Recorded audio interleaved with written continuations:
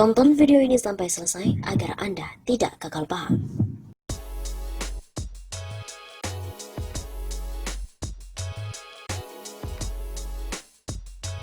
Kader dan pengurus PSI Kabupaten Karawang ramai-ramai mundur.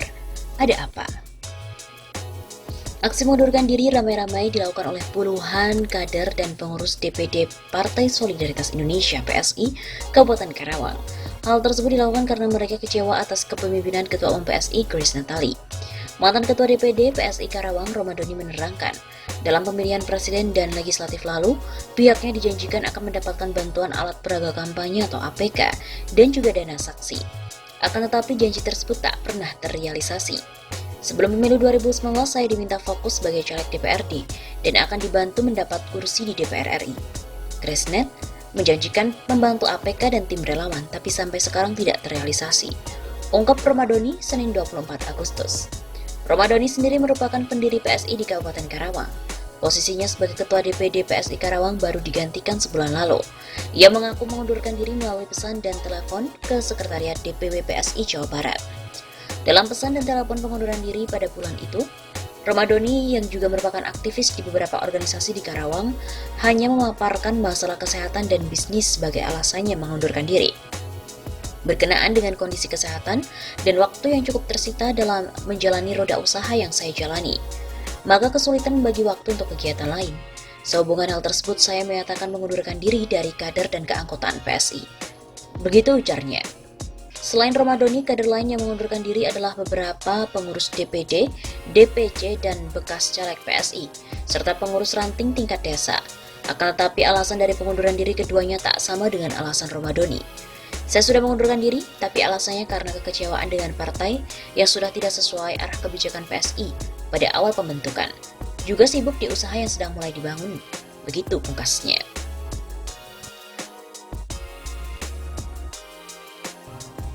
Aksi mundur ramai-ramai dari keanggotaan PSI ternyata tidak hanya terjadi saat ini. Ternyata di tahun yang lalu, pada pemilu 2019 yang belum dimulai, 3 caleg PSI di kota Parepare juga telah mengundurkan diri. Selain caleg, sejumlah pengurus pun juga ramai-ramai mundur dari PSI. Apakah alasannya? Dirangkum melalui redaksi. Berikut ini adalah fakta-fakta terkait dengan pengunduran diri keanggotaan dari PSI. 3 di antara kader yang mundur tersebut merupakan calon legislatif atau caleg PSI untuk DPRD Parepare Sulsel. Pengunduran diri kader dan caleg partai tersebut sudah kesekian kalinya di Sulawesi Selatan. Ketua PSI Kecamatan Cina Kabupaten Bone, Nadir Amir, disusul oleh Ketua PSI Goa Muhammad Ridwan, sebelumnya juga memilih mundur. Penyebab kader dan caleg PSI ramai-ramai mundur di Sulsel beragam. Ada protes pernyataan Ketua Umum Grace Natali hingga persoalan duit partai. Ketua Badan Pemenangan Pemilu atau Bapilu PSI Parepare Aditya Putra mengatakan mereka memutuskan mundur dengan beberapa poin. Salah satunya kepengurusan partai yang amburadul.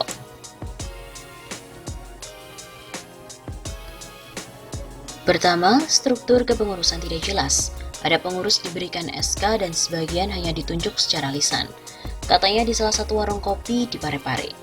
Kedua, tidak adanya transparansi mengenai pengelolaan dana keuangan dan operasional partai di daerah itu.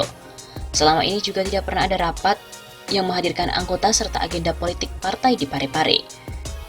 Ketiga, Hendro juga menyindir transparansi dan keterbukaan partai. Katanya terbuka dan progresif, ternyata kosong. Tak hanya konflik internal, sejumlah kader PSI di Sulawesi Selatan mundur dengan berbagai penyebab. Misalnya Ketua PSI Goa Muhammad Ridwan yang mundur karena tidak sependapat dengan Ketua Umum PSI Grace Natali yang menolak peraturan daerah atau Perda Syariah. Menurut caleg di Dapil 3 Sulsel, pernyataan Grace itu tidak memperhatikan kultur kedaerahan. Dia merasakan hal itu setiap daerah masing-masing juga punya kultur yang berbeda, baik pemahaman agama dan lainnya. Keluarga juga mempertanyakan kenapa PSI begitu. Dikonfirmasi mengenai pengunduran sekaligus tudingan kader, Ketua DPD PSI Parepare Andi Iqbal Usman meneruskan klarifikasi dari Ketua Dewan Pimpinan Wilayah DPW PSI Sulsel, Fadli Nur. Fadi juga mengirimkan jawaban tertulis ke Tribun Timur. Menurutnya, pengunduran diri dalam suatu organisasi adalah hal yang wajar. PSI pun menghormati keputusan setiap kader untuk mundur dari partai dan memberikan apresiasi atas kontribusi mereka selama ini. Ini adalah seleksi alam dalam ber-PSI. Tak ada tempat untuk cara-cara dan paradigma lama, sebagaimana kata Soekarno yang tak murni terbakar mati. Imbauan saya bagi yang menyatakan mundur, terutama caleg, agar menyampaikan pernyataan tertulis kepada DPD terkait beragam tudingan termasuk soal pengelolaan keuangan dan operasional partai. Katanya, para mantan kader PSI itu telah bertemu dan menerima penjelasan dari DPW PSI, Sulsel, beberapa waktu lalu. Menurutnya, DPD PSI Parepare tidak mengelola dana operasional baik dari Dewan Pimpinan Pusat maupun DPW.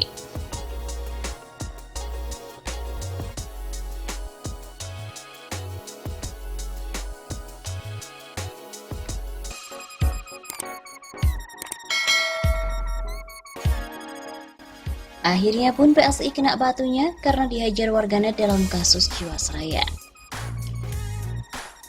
Diberitakan bahwa Kejaksaan Agung atau Kejagung telah melanjutkan proses pemeriksaan saksi kasus dugaan korupsi PT Jiwasraya Persero dengan menghadirkan 9 orang saksi pada hari Rabu 5 Februari 2020. Termasuk adik dari tersangka Komisaris PT Hanson International, Beni Cokrosaputra, yakni Franky Cokrosaputra. Franky Cokrosaputra ternyata merupakan caleg DPR RI pada pemilu 2019 yang lalu dari Partai Solidaritas Indonesia atau PSI, Dapil Banten 1 yang meliputi Lebak dan juga Pandeglang. Tak ayal, kabar ini pun menjadi sorotan warganet terutama terhadap PSI. Padahal selama ini PSI mengklaim bahwa mereka akan kawal uang rakyat. Dari akun Twitter @doradong, membaca info seperti ini, tanggapanmu bagaimana? Kader dan caleg PSI Franky Cokrosaputra adalah adik pelaku garong Jiwasraya. Dulu PSI dikaitkan teman Ahok, sawit, emas dan juga kini Jiwasraya. Mulut maling dan bangsat ngajarin soal integritas kepada Anies Baswedan. Begitu katanya pada hari Jumat 7 Februari. Yang lain pun ikut menimpali. Pantesan PSI dan juga Samara serta para kroco-kroconya bungkam soal Jiwasraya. Komen dari akun @tonysultan. Sudah beredar dari dulu berita bahwa PSI itu didirikan dengan modal duit cawangan yang triliunan itu. Salah satunya ya yang ngembat duit Jiwasraya ini, PSI, Partai Spanyol Separuh Nyolong Indonesia. Ujar akun @abdiproklamasi. Ada pula komentar dari akun @syaranza, jangan lupain sekretaris Dewan Pembina PSI itu, si Sunitano. Baca transkrip sadapannya sama Sanusi koruptor reklamasi. Kalau nalar yang normal pasti akan berkesimpulan bahwa Suni juga bagian dari pemain reklamasi. Tapi ya berhubung ini grand corruption, makanya aman deh sampai sekarang.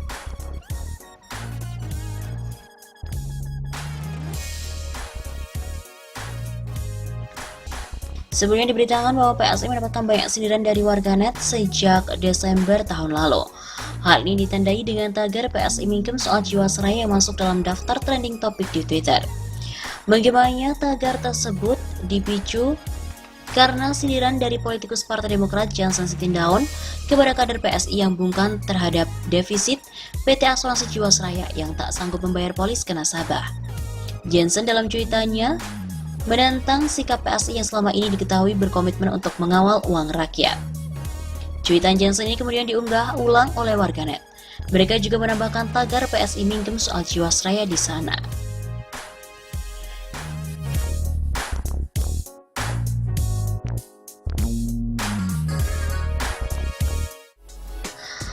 Pengamat politik Muslim Arbi menyebut ada dugaan uang korupsi Jiwasraya telah mengalir ke Partai Solidaritas Indonesia atau PSI. Pasalnya, kata dia, salah satu caleg PSI yang bernama Franky Cokrosaputra diperiksa sebagai saksi Kejaksaan Agung dalam kasus mega skandal asuransi milik negara itu. Franky sendiri merupakan saudara kandung dari tersangka kasus Jiwasraya, Beni Cokrosaputra. Kini Franky menjabat sebagai Direktur Utama PT Oto Trasindo. Franky sebagai caleg dan pengusaha tentunya tengah menyumbang ke PSI. Begitu kata Muslim. Muslim juga menambahkan Franky diduga kuat menerima uang dari skandal Jiwasraya. Beni bisa saja meminta Franky memutar uang hasil korupsi Jiwasraya dengan usaha lain. Muslim juga mengatakan kecurigaan PSI terlibat kasus Jiwasraya karena ia tak kritis. Padahal selama ini PSI selalu mengklaim mereka adalah partai yang bersih dan mengawal uang rakyat. Menurut Muslim, PSI sebagai partai baru dan digawangi anak muda, tetapi bisa iklan di televisi maupun media cetak pada pemilu 2019. Menjadikan publik bertanya-tanya, uangnya dari mana? PSI juga belum memiliki kader yang duduk di parlemen maupun PSI, tetapi mereka telah bisa iklan di televisi maupun di koran-koran. Pungkasnya,